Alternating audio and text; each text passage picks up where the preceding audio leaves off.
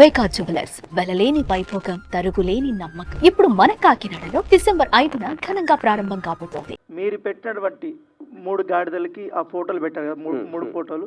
అదేను వ్యూహం సినిమాలో పవన్ కళ్యాణ్ పోలినటువంటి వ్యక్తి పెట్టి అక్కడ ఉన్నటువంటి సందేశాలు కానీ వ్యాఖ్యలు కానీ వాటి మీద జనసేన వాళ్ళు మీ డెన్ దగ్గరకు వచ్చారు, మీ పైన ఆరోపణలు చేశారు.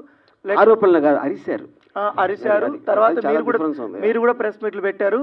వాళ్ళు కేసులు పెట్టినా కూడా కేసులు తీసుకునేది అప్పుడు ప్రభుత్వం. నేను అదే అంటున్నా, ఆ కేసు ఎక్కడ పెట్టారు నాకు ఎట్లా తెలుసు? ఆంధ్రాలో విజయవాడలో పెట్టారు. వచ్చి అరిసింది డెన్ దగ్గర.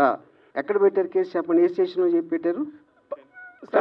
పంజాగుట్లో కూడా కేసులు పెట్టారు, బట్ తీసుకోలేదు అప్పుడు. నేను అదే అడుగుతున్నా, పంజాగుట్లో ఎలా పెడతారు అంటే ఎలాగంటే నా జ్యూరిస్డిక్షన్ అన్న అభిమానులు మనోభావాలు దెబ్బతిన్న తర్వాత అది ఓకే. నేనేమంటున్నానంటే పోలీసు కేసు తీసుకోకపోతే నేనే ట్రాన్స్ఫర్ చేస్తాను దానికి. పోలీసు డిపార్ట్మెంట్ ఇస్ డిఫరెంట్, నాకు సంబంధం. I'm film maker.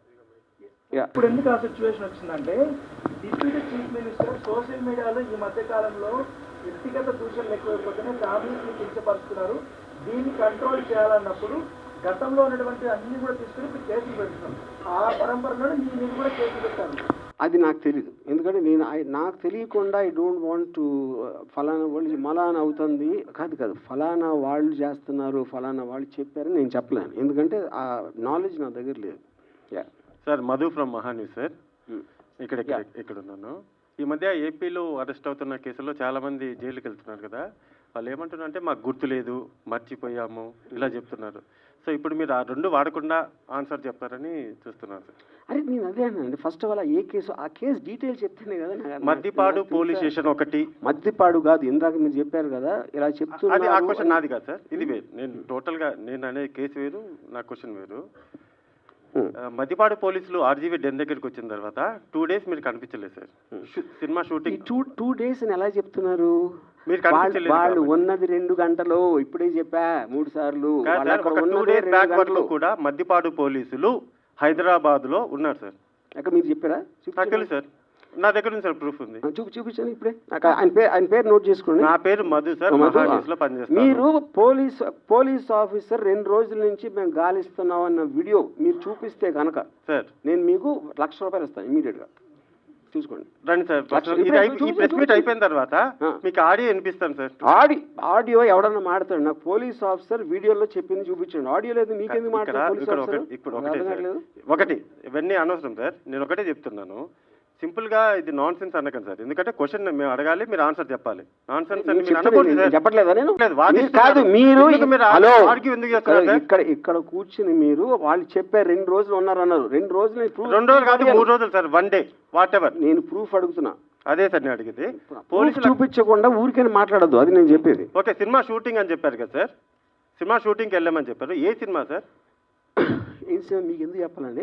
ఇప్పుడు ఎందుకని పిలిచారు? కాదు అసలు నువ్వు పోలీస్ మీరు పిలిచారు కాబట్టి మేము వచ్చాం sir. I don't want to talk. మీ సమాధానం లేనప్పటికీ ఇలానే నేను మీకు చెప్పను. ఇప్పుడు ఒకటే నేను ఇందాక ఒక చాలా ఇంపార్టెంట్ పాయింట్ చెప్పాను. 2 people ఆర్ మోస్ట్ ఇంపార్టెంట్ ఇక్కడ. పోలీసులకి they have every right to ask. ఏం అడగాలి? ఎక్కడ ఉన్నాడు రామ్మోహన్? ఇక్కడ లేడు, షూటింగ్లో ఉన్నాడు. ఏ షూటింగ్ అని అడిగారా? అడగల. ఎక్కడ ఏ ప్రాంతంలో జరుగుతుంది అన్నారా? అడగల. అరెస్ట్ చేయడానికి వచ్చాము అన్నారా? అనలేదు. మేము గాలింపు పెడుతున్నాం అన్నారా? అనలేదు. ఈ 4 ఏదన్నా వాళ్ళు అన్నది చూపిస్తే అప్పుడు మాట్లాడదు.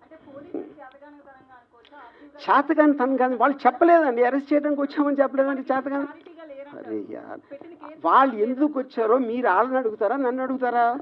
అరే ఏం అట్లా కాదండి. సరే ఓకే, వదిలేసేయండి. మామూలుగా ఇన్ జనరల్గా పోలీసులు అనేటువంటి వాళ్ళు మన ఇళ్ళ మీద కానీ ఎక్కడికైనా వచ్చినట్లయితే అది చాలా ప్రెస్టేజ్ క్వశ్చన్. ప్రతి ఒక్కళ్ళు కూడాను అవమానపడతారు, పోలీసులు వచ్చారు వాళ్ళ ఇంటికి అని. మీ ఆఫీసు ముందు ఒక 4 గంటలు దాదాపు, అవును 2 గంటలో 4 గంటలో మీ ఇంటి ముందుకు వచ్చేసి వాళ్ళ ఆఫీస్ ముందుకు వచ్చేసినప్పుడు మీరు ఎందుకు వచ్చారు, నా పరువు తీసే హక్కు మీకేముంది అనేటువంటిది మీరేమైనా చేశారా? మీరేమైనా దానికి నేను చెప్తున్నా అది కమ్యూనికేషన్ జరిగిందని చెప్పాను కదా. ఆల్రెడీ నాకు వాళ్ళు వచ్చి నోటీస్ ఇచ్చారు కదా, మా ఇద్దరి మధ్యన కమ్యూనికేషన్ ఉంది కదా. ఉన్న తర్వాత వాళ్ళని వచ్చారు, అప్పుడు నేను లేను. తర్వాత వాళ్ళు వెళ్ళిపోయారు. వెళ్ళిపోయిన తర్వాత ఇంతవరకు వాళ్ళు నాకు కమ్యూనికేట్ చేయలేదు నాతో ఇంతవరకు. సుమన్ టీవీలో మీ పర్సనల్ అండ్ బిజినెస్ ప్రమోషన్స్ కోసం కింది నెంబర్కి కాంటాక్ట్ చేయండి.